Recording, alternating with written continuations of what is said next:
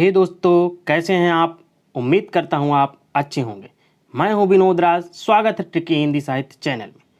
दोस्तों, आज हम कक्षा 11 की जो हिंदी एनसीईआरटी बुक है उसको आज हम पढ़ने वाले हैं। उसका पहला चैप्टर जो है उसको आज हम पढ़ेंगे और देखेंगे कि पहले चैप्टर में क्या है। उसका सारांश देखेंगे, पाठ का लेखक परिचय देखेंगे। उससे पहले यदि आप मेरे चैनल को सब्सक्राइब ना किए हों तो गूगल के होम पेज में जाइए और ट्रिकी हिंदी साहित्य डाल करके चैनल को सब्सक्राइब कर दीजिए, बेल आइकन प्रेस कर दीजिए जिससे आपको नोटिफिकेशन मिलता रहे। लाइक करें और कमेंट्स करें और ज़्यादा से ज़्यादा वीडियो को शेयर करें। मेरे एफबी पेज है ट्रिकी हिंदी साहित्य विनोद, इसमें भी जाकर आप फॉलो कर सकते हैं और वहाँ पेज को लाइक कर दीजिए जिससे आपको वहाँ जो आवश्यक जानकारी रहती है वो आपको मिलती रहेगी। मेरा इंस्टाग्राम भी है, वहाँ भी हम पेपर कटिंग वगैरह डालते रहते हैं जो ज़रूरी रहती है। तो विनोद राज 5724 को आप जा कर के फॉलो कर सकते हैं। गूगल में अगर गूगल से आपको लिखित पढ़ना हो तो ट्रिकी हिंदी साहित्य .com डाल करके गूगल में वहाँ पर आपका इस जो भी मैं वीडियो बनाता हूँ उसका लिखित रूप आपको मिल जाएगा। ओके, तो आज हम पढ़ेंगे जो एनसीईआरटी बुक आरोह का पहला चैप्टर है, नमक का दरोगा। यह एक कहानी है जिसके लेखक हैं मुंशी प्रेमचंद। उसको आज हम पढ़ेंगे। चलिए देखते हैं।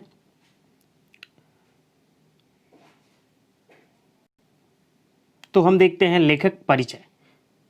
मुंशी प्रेमचंद का जन्म जो हुआ था सन 1880 में हुआ था और इनकी मृत्यु सन 1936 में। इनका जन्म स्थान जो था लमही ग्राम वाराणसी उत्तर प्रदेश में हुआ था।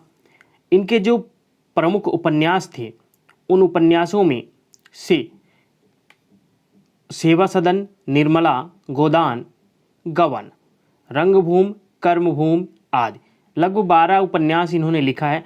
कहानियों का विशाल संग्रह 8 भागों में मानसरोवर नाम से प्रकाशित है जिसमें लगभग 300 कहानियां संकलित है।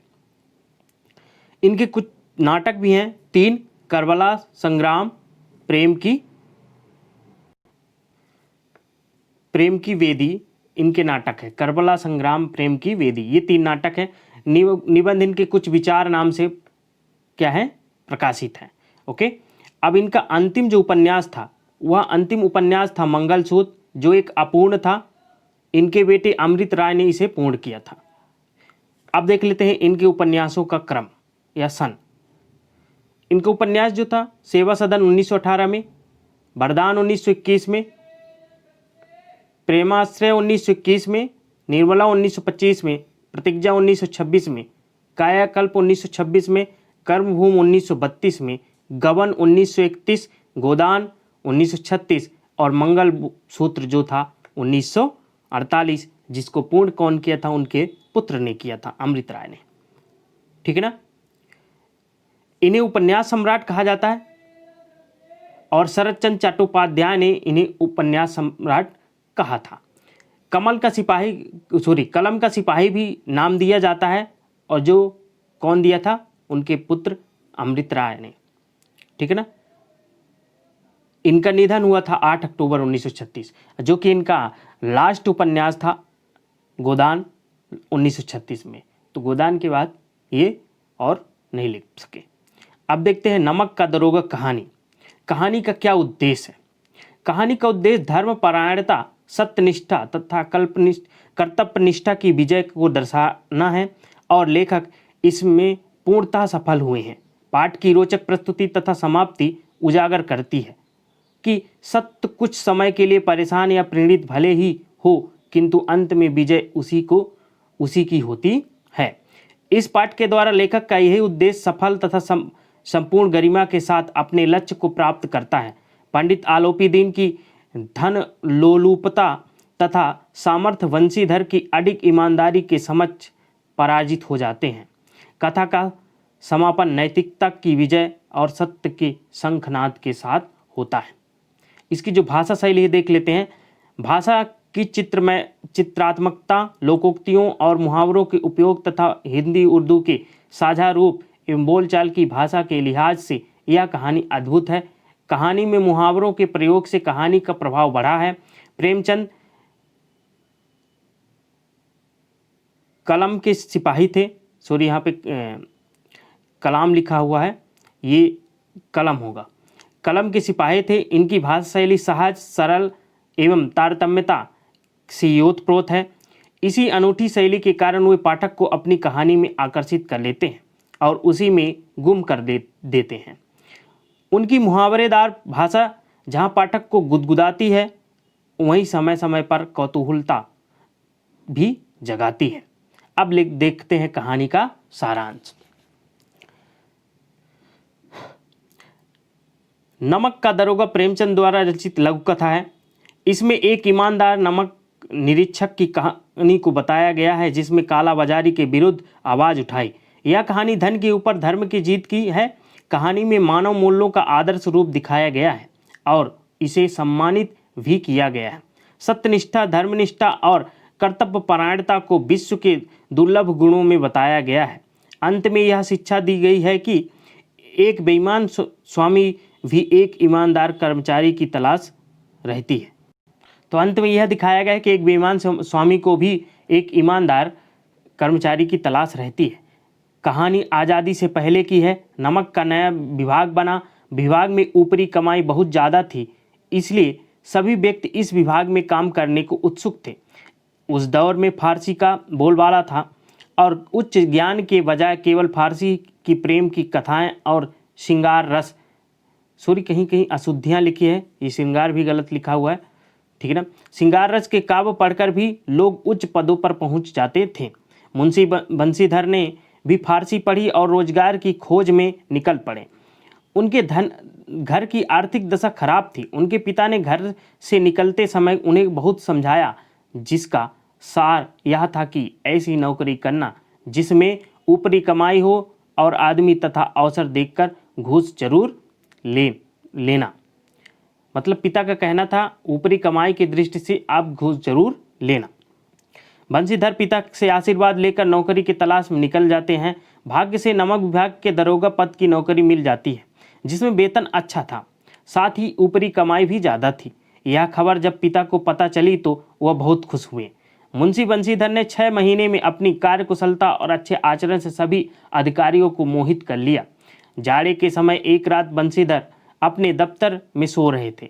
उनके दफ्तर से 1 मील पहले जमुना नदी थी, जिस पर नावों का पुल बना हुआ था। गाड़ियों की आवाज़ और मल्लाहों की कोलाहल से उनकी नींद खुली। बंदूक जेब में रखा और घोड़े पर बैठकर पुल पर पहुँचे। वहाँ गाड़ियों की एक लंबी कतार पुल पार कर रही थी। उन्होंने पूछा, किसकी गाड़ी है? तो पता चला पंडित आलोपी दीन की है। मुंशी बंसीधर चौंक पड़े। पंडित आलोपी दीन इलाके के सबसे प्रतिष्ठित जमींदार थे। लाखों रुपयों का व्यापार था। बंसीधर ने जब जांच किया तब पता चला कि गाड़ियों में नमक के ढेले के बोरे हैं। उन्होंने गाड़ियां रोक ली। पंडित जी को यह बात पता चली तो वह अपने धन पर विश्वास किए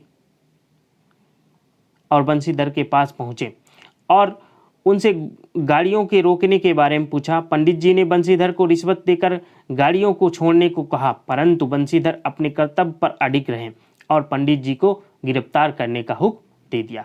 पंडित जी आश्चर्यचकित रह गए। पंडित जी ने रिश्वत को बढ़ाया भी, परंतु बंसीधर नहीं माने और पंडित जी को गिरफ्तार कर लिया।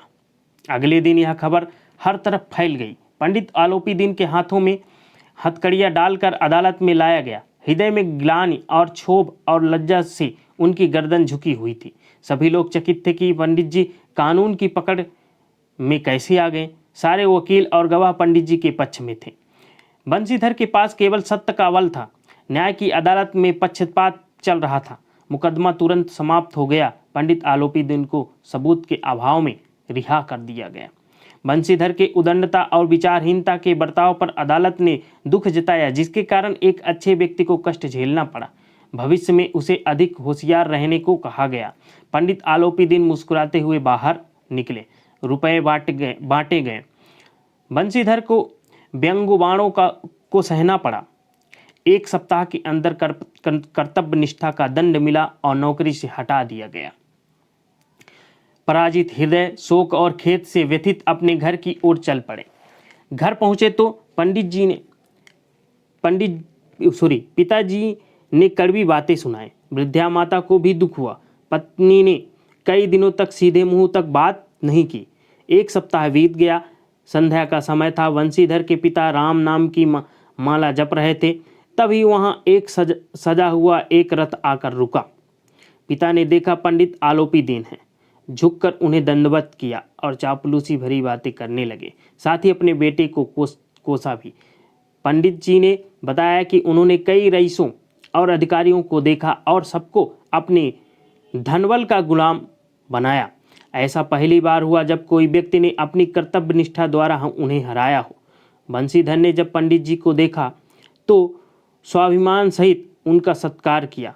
उन्हें लगा कि पंडित जी उन्हें लज्जित करने आए हैं, परंतु पंडित जी की बातें सुनकर उनके मन का मैल मिट गया और पंडित जी की बातों को उनकी उदारता बताया।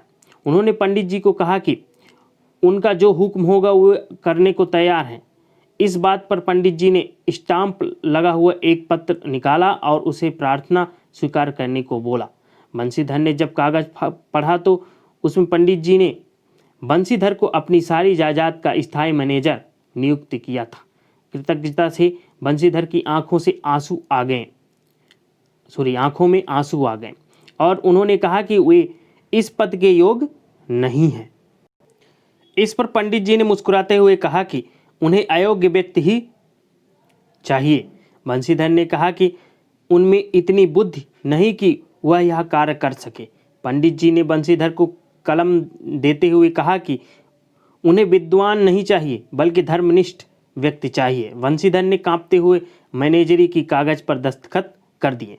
पंडित आलोपीदीन ने बंशीधर को खुशी से गले लगा लिया। तो ये कहानी इसी तरह समाप्त हो जाती है। तो अंत में यह देखा गया कि वही पंडित जी जो उनका विरोध करते थे और जिनको उन्होंने जेल ले गया था और अदालत में प्रस्तुत किए थे, वही आज एक बहुत बड़े धन कोष की नौकरी देने के लिए आ गए। तो ये एक कहानी थी जो कि नमक का दरोगा नाम से थी। कक्षा 11 NCERT बुक में आरोह में पहला ही चैप्टर है। उम्मीद करता हूँ आपको इसकी कहानी अच्छी लगी होगी। ये कहानी का सारांश था। कहानी आप एक बार ज़रूर पढ़िएगा। इसके प्रश्न उत्तर को मैं जल्द ही लेकर आऊँगा। तब तक आप मेरे चैनल से बने रहिए। चैनल को यदि सब्सक्राइब ना किए हो तो सब्सक्राइब कर दें। बेल आइकन ज़रूर प्रेस करें जिससे आपको नोटिफिकेशन मिलता रहे। लाइक करें, कमेंट्स करें और ये वीडियो अपने दोस्तों तक ज़रूर शेयर करें जिससे उनको भी ये कहानी समझ में आ जाए, कहानी पढ़ने के लिए उत्सुक हो जाएं। क्योंकि आप जब बुक को पढ़ेंगे तभी आपको समझ में आएगा। यहाँ तो हम कहानी बता दिए हैं अर्थ, लेकिन कहानी वास्तविकता प्रश्न उत्तर न याद करना पड़े तो आप एक बार कहानी ज़रूर पढ़िएगा। उम्मीद करता हूँ आपको अच्छा लगा होगा। आप तक इसी तरह मेरे चैनल से बने रहिए। हम मिलते हैं नेक्स्ट वीडियो में। तब तक अपना ख्याल रखिए, स्वस्थ रहिए। धन्यवाद।